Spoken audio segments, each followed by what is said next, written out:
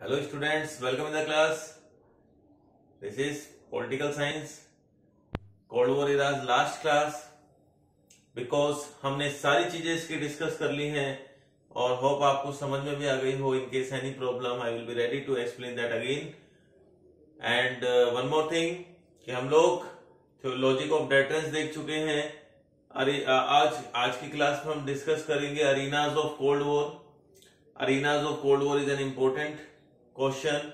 उसमें हमको ज्यादा डिटेलिंग नहीं देखनी है. We have to see that the areas where the cold war tension became so much high, जिसमें एक आपने Cuban missile crisis was very important, जो कि हम लोग अलग से डिस्कस कर चुके हैं. एंड अपार्ट फ्रॉम दैट एक चीज और आपको याद रखनी है कि पहले मैंने बोला था कि those two power blocks were entering into the alliances with smaller countries. छोटी छोटी कंट्रीज के साथ वो अलायंसेस में लगे हुए थे. And what was the reason of that alliance, कि ताकि स्ट्रेटेजिक सपोर्ट मिल सके, आर्म सपोर्ट मिल सके, वेपन सपोर्ट मिल सके, रिसोर्सेज का सपोर्ट मिल सके, स्पाई कर सके एक दूसरे को. तो दुनिया भर की उसके फायदे थे. That's why they were keeping in alliance with each other. और इंडिया तो एनएएम का फॉलोवर था. India was a follower of NAM, non align movement. उसके हमने फायदे और नुकसान दोनों देख लिए.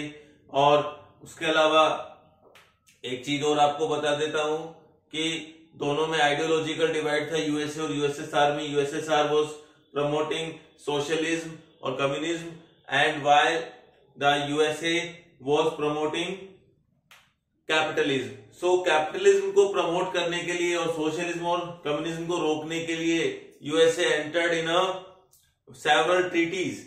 So initially they have entered into North Atlantic Treaty Organization in 1949. The initial number of members were 12 countries. और इन 12 कंट्रीज ने बोला अगर एक पर भी हमला हो गया तो उसको पूरे यूएसए पर हमला माना जाएगा. The attack on one country will be considered to be the attack on the entire USA. किसी भी एक कंट्री पे हो गया तो उसको नेटो पर अटैक माना जाएगा. तो सारे की सारी जो 12 कंट्रीज हैं they will be standing with USA. अगर कोई भी एक भी मेंबर पर अटैक करेगा तो. क्लियर. अब इसमें मेंबर्स 30 हो गए हैं. फिर यूएसएसआर कहां चुप रहने वाला था. It entered into Warsaw Pact. Warsaw Pact 1955 में हुआ, लेकिन 1991 में खुद यूएसएसआर ही खत्म हो गया. तो वॉर्सो पैक्ट अब किस काम का रहा. So it is not in running. In 1954 USA entered to another treaty that is SEATO. फिर इन 1955 सेंट्रल ट्रीटी ऑर्गेनाइजेशन, जिसे बगदाद पैक्ट भी बोला, 1955 में एंटर हुआ. और साउथ जो अपना सीटो था, they were entered into 1954. 1954 में वो they have made a further treaty to just protect them. So how many treaties USA made to promote the capitalism? देखिए ये सोशलिज्म जो प्रमोट हो रहा था उसको रोकने के लिए ही था. It was to stop that. उसको स्टॉप करने के लिए ही था. अदरवाइज इतनी ज्यादा ट्रीटीज ये लोग नहीं करते. Why they have entered into several treaties?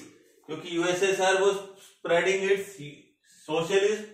So to prevent that, USA entered into NATO, SEATO, CENTO. Clear? So you have to take that in mind. और इनकी फुल फॉर्म आपको याद होनी चाहिए, सेंटो, सीटो, नेटो, क्योंकि sometime it asks. उसके सारे फुल फॉर्म जो इंपॉर्टेंट है वो मैं करा दूंगा आपको. Now come to the arenas of cold war. Arenas of cold war की बात करें तो जहां जहां कोल्ड वॉर टेंशन बढ़ गई थी बहुत ज्यादा, तो फर्स्ट था कोरिया.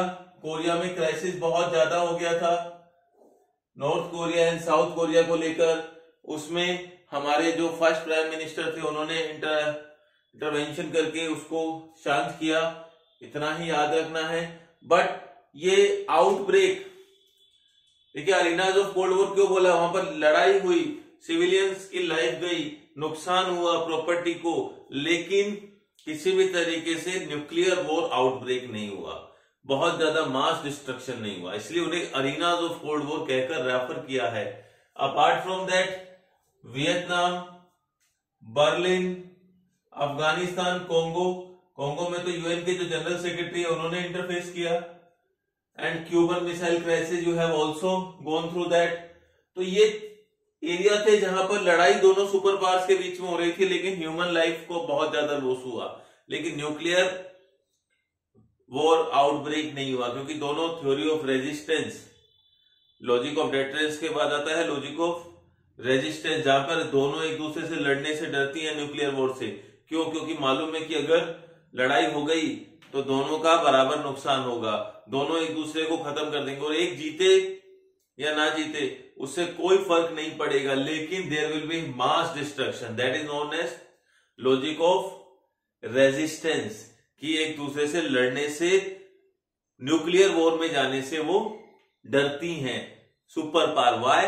बिकॉज उन्हें मालूम है कि अगर कुछ भी हुआ तो नुकसान, भले से कोई जीते या ना जीते, लेकिन नुकसान बहुत ज्यादा होगा। लॉजिक ऑफ डेटरेंस में तो क्या था, एक दूसरे से लड़ते ही नहीं थे, यहां पर न्यूक्लियर वॉर से नहीं, न्यूक्लियर वॉर में एंटर नहीं हो रहे हैं।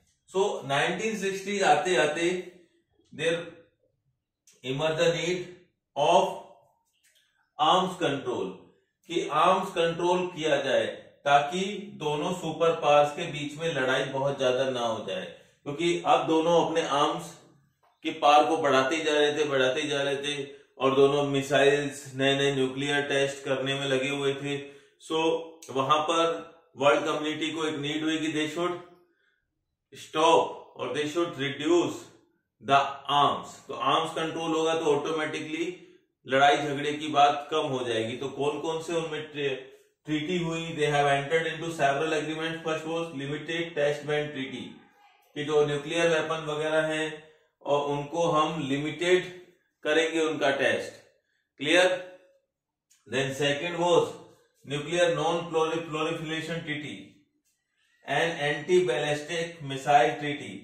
सो these were the three treaties made by two super powers to avoid each other from nuclear war. Nuclear war से एक दूसरे को बचाने के लिए, इनकी डिटेलिंग मैं नहीं कराऊंगा because that is not in your syllabus right now, अभी नहीं है। जब आप पॉलिटिकल साइंस ऑनर्स में पढ़ेंगे, बीए में पढ़ेंगे, then in that class I will let you know each and everything. So आज की क्लास में हमने अरीनाज ऑफ कोल्ड वॉर देखा। तो अरीनाज ऑफ कोल्ड वॉर क्या है? जहां जहां कोल्ड वॉर टेंशन बहुत ज्यादा थी, but that was not converted into full nuclear war due to logic of resistance। logic of resistance में क्या था कि न्यूक्लियर वॉर नहीं हो रहा है एक दूसरे से, क्योंकि मालूम है जीते चाहे कोई भी या कोई भी नहीं जीते, लेकिन लॉस बहुत ज्यादा हो जाएगा, there will be mass destruction. उसके अलावा वहां पर लेकिन ह्यूमन लाइफ बहुत ज्यादा सफर करी, नुकसान बहुत ज्यादा हुआ। इसमें Congo, Berlin, Korea, Afghanistan and Vietnam और क्यूबन मिसाइल क्राइसिस, ये 6 अरीनाज ऑफ कोल्ड वॉर हैं, ये आपको याद होने चाहिए। उसके अलावा अमेरिका, यूएसए ने कुछ ट्रीटीज करी थी, नेटो, सीटो, सेंटो। 3 ट्रीटीज वर नेटो, सीटो, सेंटो। सेंटो का दूसरा नाम बगदाद पैक्ट था। उसके अलावा इसी बीच आपके यूएसएसआर भी कहां चुप रहने वाला था, यूएसएसआर ने किया था वॉर्सो पैक्ट, जो कि 1991 तक चला। इसके अलावा एक चीज और ध्यान रखनी है, what was the reasons of these treaties made by USA to stop the idea of socialism, कि सोशलिस्टिक कंट्रीज बढ़ती जा रही थी, उनको रोकने के लिए कि मित्रता कब की जाती है, दोस्ती कब की जाती है बाहर के लोगों से, ताकि वो हमारे हेल्प करें। और दोस्ती किससे होगी? The people who are having same ideology which is held by us, जैसे हमारी आइडियोलॉजी होगी। तो आप आज की क्लास के थ्रू हमने कंप्लीट जो कोल्ड वॉर एरा है उसे कर लिया है। कोल्ड वॉर एरा के जो इंपॉर्टेंट क्वेश्चंस हैं वो सारे आपको मैं 1 मिनट में बता देता हूं। What is the meaning of cold war? Second, why cold war was not converted into full fledged war? What were the consequences of second world war? तो 2 सुपर पावर निकल कर आई। What were the reasons of cold war?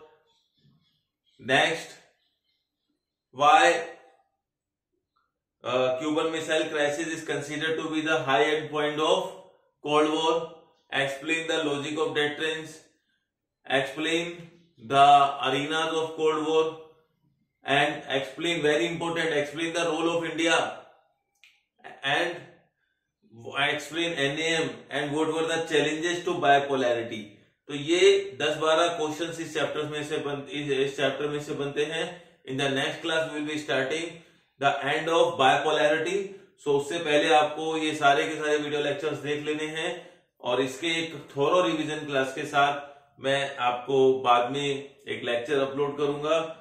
And remember, this is the homework for you. Explain the full form of NATO, सीटो, CentOS. Clear? अगर ये आपको full form इसकी याद होनी चाहिए, मैं भी नहीं बता रहा, ठीक है, एक दो की बता दी होगी क्लास में, that is a different thing. So thanks for watching. We will meet in